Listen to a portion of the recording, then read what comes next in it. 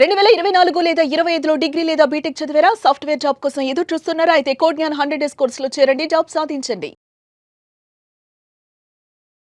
నమస్కారం సార్. నమస్తే. చాలా మంది వీడియోలు చూసి ఎక్కువగా కోట్లు సంపాదించడం ఎలా, నేను సంపాదించుకోగలనా, అది నాకు సాధ్యమవుతుందా అన్న క్వశ్చన్ అయితే ప్రతి ఒక్కరికి ఉంది సార్. అండ్ ఆ డబ్బు కావాలి అని ప్రతి ఒక్కరికి ఉంటుంది కామన్. సో అలా ఎవరైనా కూడా ఆలోచిస్తూ ఉంటే కోట్లు సంపాదించడం ఈజీయేనా అంటే మళ్ళీ అందులో కొన్ని డౌట్స్, నాకంత నాలెడ్జ్ లేదు అండ్ దాంతోపాటు నేను అంత పెద్దగా చదువుకోలేదు, అయినా కూడా నేను కోటీశ్వరుని అవ్వగలనా, అయ్యే ఛాన్సెస్ ఉన్నాయా, అలా అవ్వాలి అంటే ఏం చేయాలి? ఎవరికైనా దానికి కుల మత ప్రాంత వాడు చదువు దేంతో సంబంధం లేదు. తెలివి మనం డెవలప్ చేసుకోవాలి. ఎవ్వరూ తెలివితో పుట్టరు.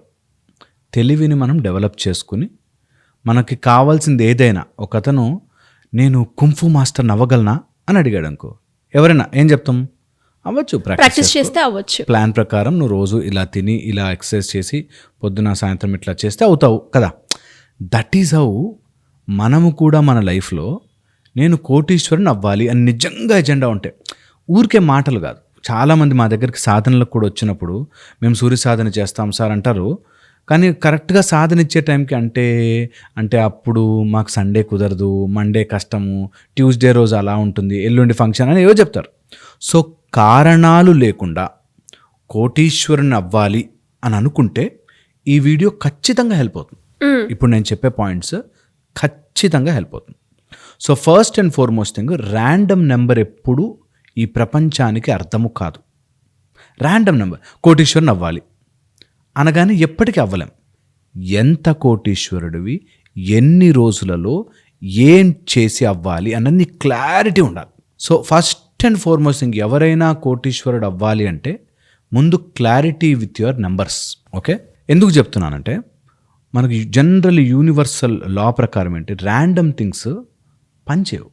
Be very specific. నేను ఇప్పుడు ఒక కాలేజ్లో జాయిన్ అయ్యి రోజు ఎనాటమీ, ఫిజియాలజీ, బయోకెమిస్ట్రీ, ఫార్మకాలజీ, తర్వాత ప్యాథాలజీ లాంటివి మైక్రోబయాలజీ చదువుతాను అంటే నేను డాక్టర్ అవుతాను, దాని వైపుగా వెళతాను.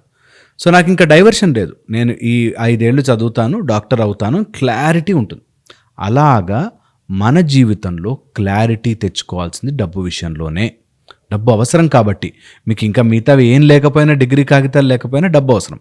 సో అందుకని ఫస్ట్ అండ్ ఫార్మోస్ట్ థింగ్, నీకు ఎంత కావాలి, ఎంత కావాలి అంటే అసలు నీకు ఎంత ఖర్చు ఉంది, ఎంత అవసరం ఉంది రాసుకోవాలి.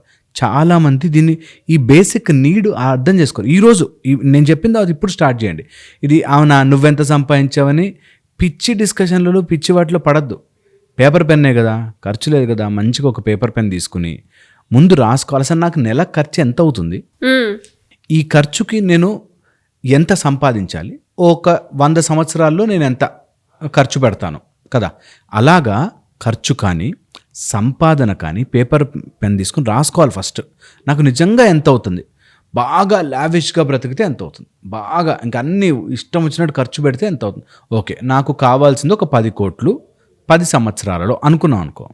So now first your figure is clear that 10 crores in 10 years or 1 crore in 1 year కదా. ఆర్ దాన్ని డివైడ్ చేసుకుంటూ వెళ్ళాలి. ఆర్ 1 dayలో ఎంత సంపాదించాలి. సో నౌ మీ డబ్బుకి, మీ కోటీశ్వరులు కావాల్సిన దానికి మీరు యూనిట్ తయారు చేసుకోవాలి.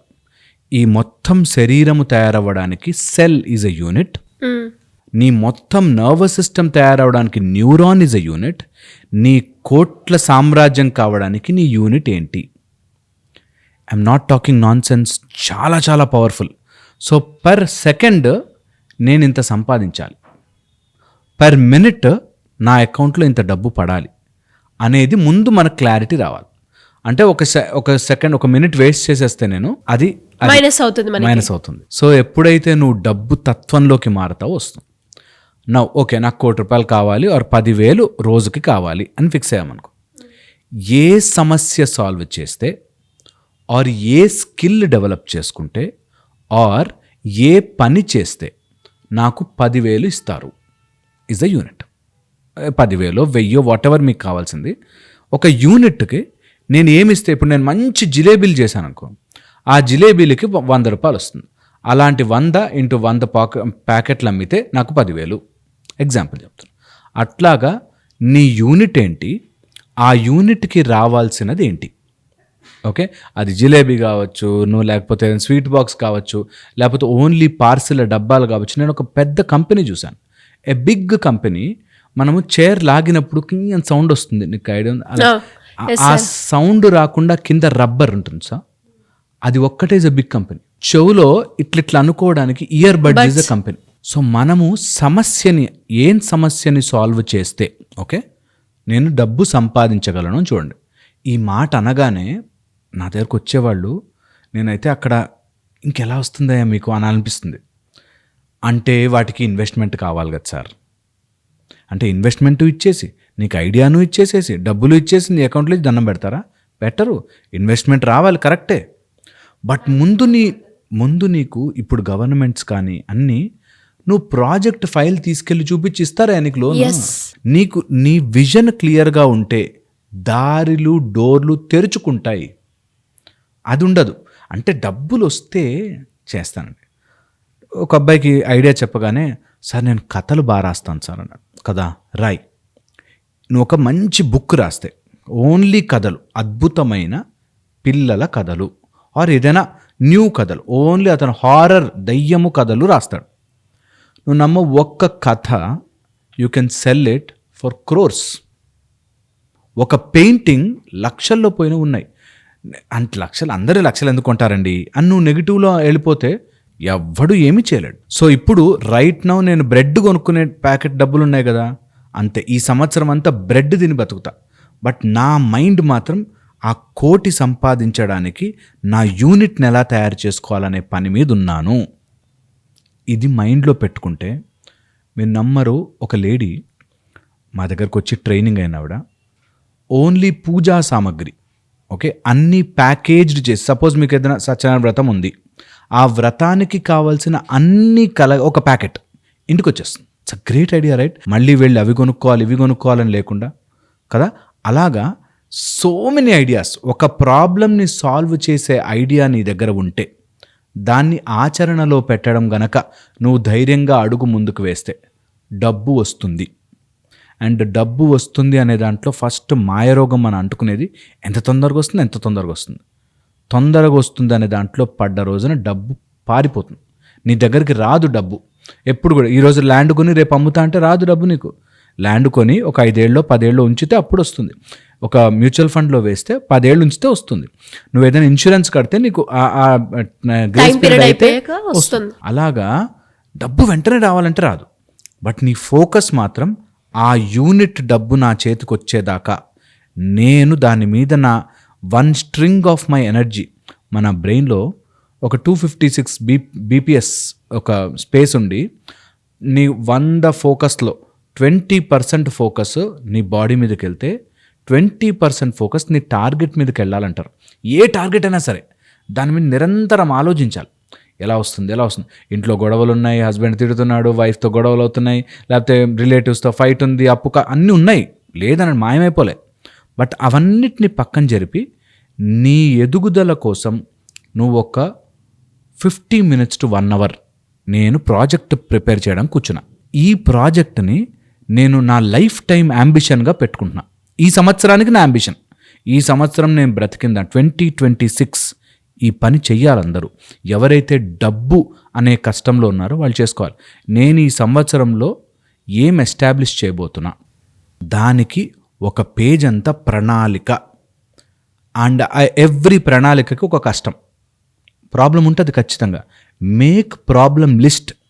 ఎప్పుడైతే ప్రాబ్లం లిస్ట్ రాస్తావు అంటే లోన్కి నా సిబిల్ స్కోర్ బాగాలేదండి అన్నాడు ఒక.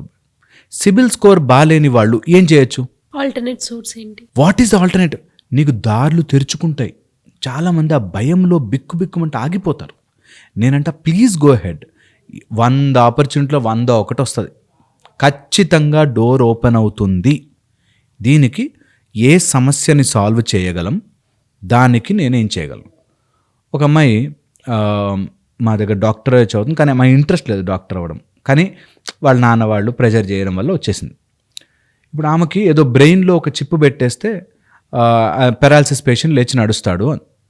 సో దానికోసమే నేను పనిచేస్తాను. మూర్ఖత్వంతో ఏదో ఒకటి చేసేయకూడదు. అది రాంగ్. చాలామంది నాకు ఒక ఐడియా ఉందండి, ఆ ఐడియా ఏంటంటే అట్లా వద్దు, ఆర్గనైజ్ ఇట్, తీసుకురా. ఐడియాలు చాలామంది, ఇప్పుడు నాకు కూడా ఇలా రెక్కలు వచ్చి ఎగిరిపోతే బాగానే ఉంటుంది, కానీ ఆ రెక్కలు రావడానికి, అవి పెట్టడానికి నేను ఏమేం చెయ్యొచ్చు అనేది నువ్వు ప్రాజెక్ట్ ఫైల్ రెడీ పెట్టాలి. You should have a file. నీ జీవితం కోసం, నీ డబ్బు కోసం, నీ లక్ష్యం కోసం ఒక్క బుక్, 100 పేజీల బుక్ కొనుక్కొని రాసుకోవాలి. అందులో అది సిల్లియస్ట్ ఐడియా అనిపించవచ్చు, బట్ దాని వైపుకి ఒక్కొక్క అడుగు వేయి, ఖచ్చితంగా అయిపోతుంది. సో ఇది చేసుకోవడం ఒక ఆస్పెక్ట్. సో ప్రాబ్లం లిస్ట్ రాసుకుని ఆ ప్రాబ్లం సాల్వ్ చేయడానికి ఏమేం చేయొచ్చు. ఓకే, ఈ రోజుల్లో ఎంత ఈజీ అయిపోయిందంటే ఆస్క్ ఏఐ, ఈ ప్రాబ్లం ఎలా సాల్వ్ చేయాలరా బాబు అని అడిగితే it will give you 100 options. చేయాలనే ఆలోచన ఉండాలి, కానీ ఎంతసేపు నాకు సపోర్ట్ లేదండి అన్నాడు. సపోర్ట్ ఓన్లీ కాళ్ళు చేతులు లేని వాళ్ళకి కర్రలు ఇస్తాయి సపోర్ట్, మనకి అవసరం లేదు. అలాంటి వాళ్ళు కూడా, కాళ్ళు చేతులు లేని వాళ్ళు కూడా ఇప్పుడు బ్రిలియంట్ ఐడియాస్ చేస్తున్నారు. చాలామంది అన్ని అవయవాలు బాగా పనిచేస్తూ నన్ను మైండ్లో ఏంటో అన్నట్టు ఉంటున్నారు.